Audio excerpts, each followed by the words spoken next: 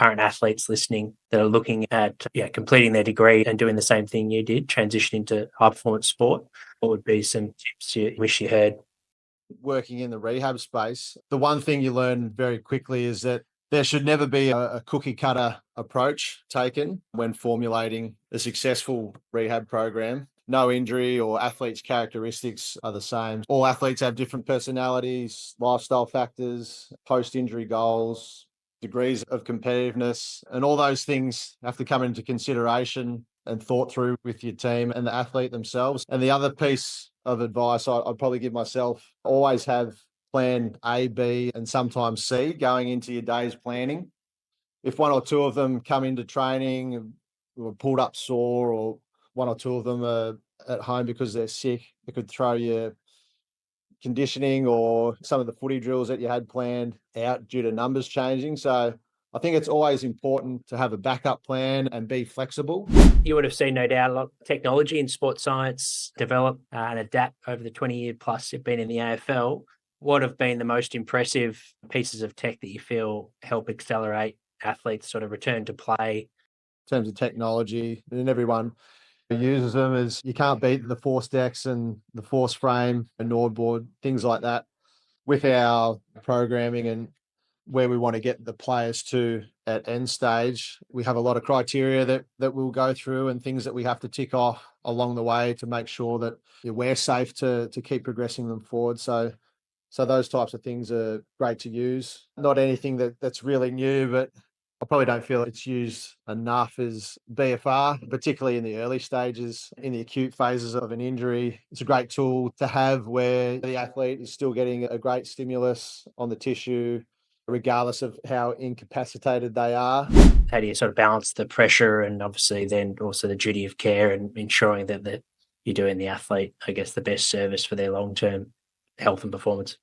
I think it's a very fine balance. You have to be willing to push the limits with your players when they're reconditioning. I don't think you can afford to be conservative and bring them back unfit and underdone because, just because you wanted to avoid a re-injury, just because their performance will suffer and the player will be no good to the team anyway. So they may as well still be out. So that's why we use progression criteria. That's why we do strength and power testing to give us that confidence and belief in our program. And the player will tell you, or hopefully they tell you, and the physios, they're very good at picking up on small things. And that's why I said daily monitoring is extremely important as well. So how they're tracking day to day. So you might need to pull it back for a session, but once they clear any sort of symptoms or signs, then you can keep progressing forward and keep pushing those athletes hard.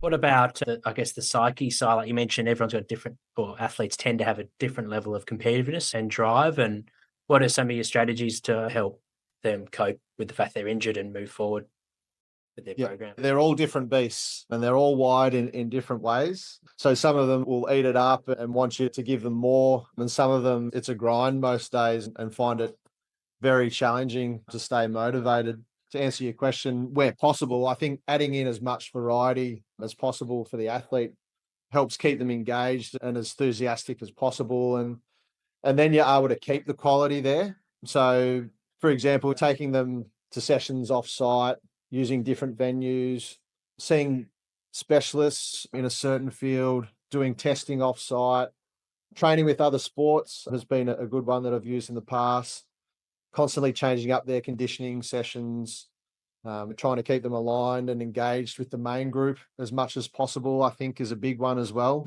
Yeah, so maybe for a longer term, either shoulder or sort of knee injury, talk us through the sort of key blocks that you like to take the athlete through. We usually start with the recovery stage where a lot of information's gathered, what's happened, exactly what we're dealing with. As I said, the physios and docs will gather a lot of information in that time. We're trying to get them back to baseline with their symptoms and clinical signs as quickly as possible. The next stage we'll move to as safely as possible is the reloading stage. This is where I usually start to come into the picture a bit more. And during this stage, we're aiming to get them back to basic functional movements and starting to load the tissue again in the gym and hopefully out in the field. And once a lot of our strength criteria numbers are tracking in the right direction and the athlete's recovering well from the previous stimulus, then we'll start to transfer our mindset from the reloading stage to the reconditioning stage. And once they've graduated this stage, the medical team essentially hand the full reins over to me, and I go to work with the athlete and aim to condition them back to full function and peak performance as best I can. Once we've worked our way through our criteria progressions in the reconditioning stage, the athlete's begun to join back into some modified team training, but now the athlete is ready to full train in the return to train stage. That's essentially, how we'll plan out our different stages